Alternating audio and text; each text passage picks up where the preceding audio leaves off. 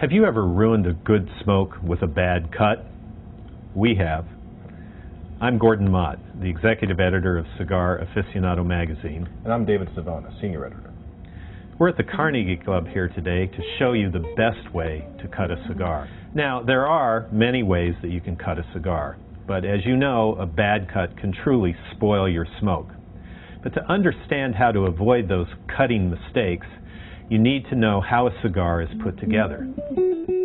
A handmade cigar is held together at the top by a cap, which is placed there with a odorless, flavorless, vegetable-based adhesive.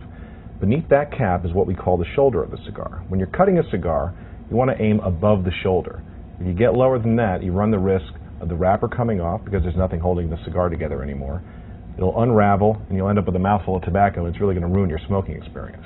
But Dave, it's not just a bad cut that can ruin a cigar. A bad cutter can also. That's right. If you have a cheap, dull cutter with a dull blade, it's going to tear through the wrapper of the cigar rather than slicing it. What you want is a quality cutter with a very sharp blade, kind of like having a sharp knife in your kitchen. It's a tool that'll give you a better result with your cigar.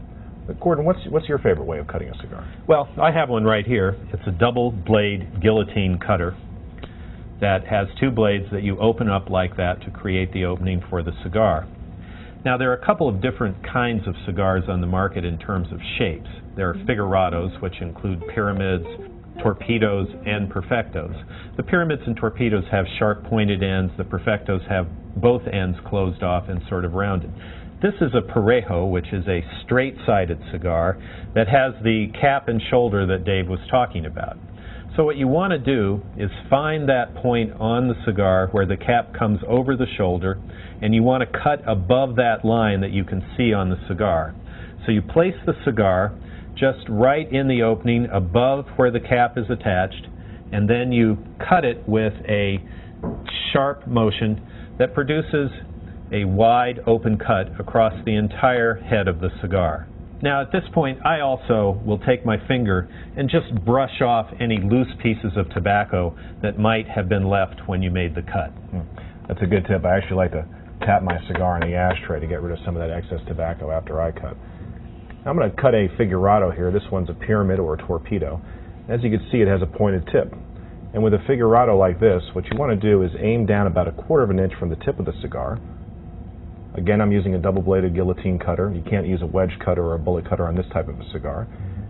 Squeeze the cutter together in a sharp motion, taking off that 1/4 of an inch tip. And what I like to do after cutting this type of a cigar is to take a cold taste to test the draw of the cigar. If it's not full enough, I might take just a little bit more to give myself a fuller draw. Better to take too little at first than to take too much. Yeah, Dave, I actually like to take a fuller cut on a pyramid like that because I like that fuller draw that you get with a deeper cut. What do you do with a perfecto? With a perfecto, it's the same idea from the top, but it changes a little bit on the bottom. Now, perfectos are shaped on both sides. This is a short story. You can see it has a rounded tip and a pointed nub at the bottom. And of course, you're going to open up the top just by taking off a little bit.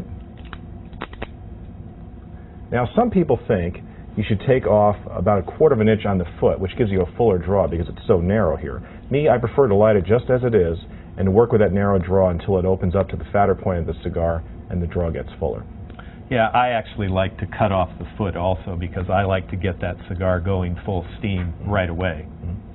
You know, it's funny, all this talk we've had here about cutters, all the people I know in the cigar industry, people who own cigar factories, the thing they do with their cigars, more often than not, is they use their hands. They pinch off a little bit of the cap with their finger, or even take their fingernail and flick off the entire cap. And it's something I can't do.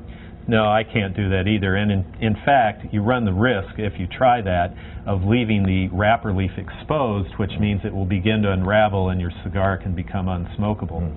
I think the important thing to remember for every cigar smoker is that cutting is part of the ritual of enjoying a great smoke.